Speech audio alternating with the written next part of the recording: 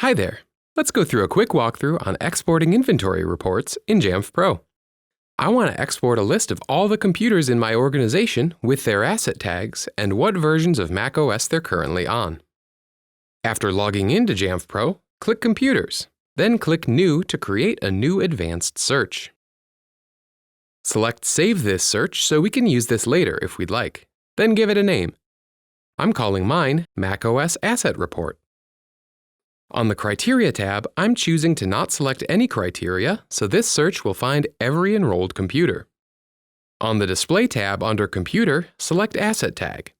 Under Operating System, select Operating System Version. Any other selected checkboxes will display that inventory criteria in our report. Click Save, and then it's time to export our report.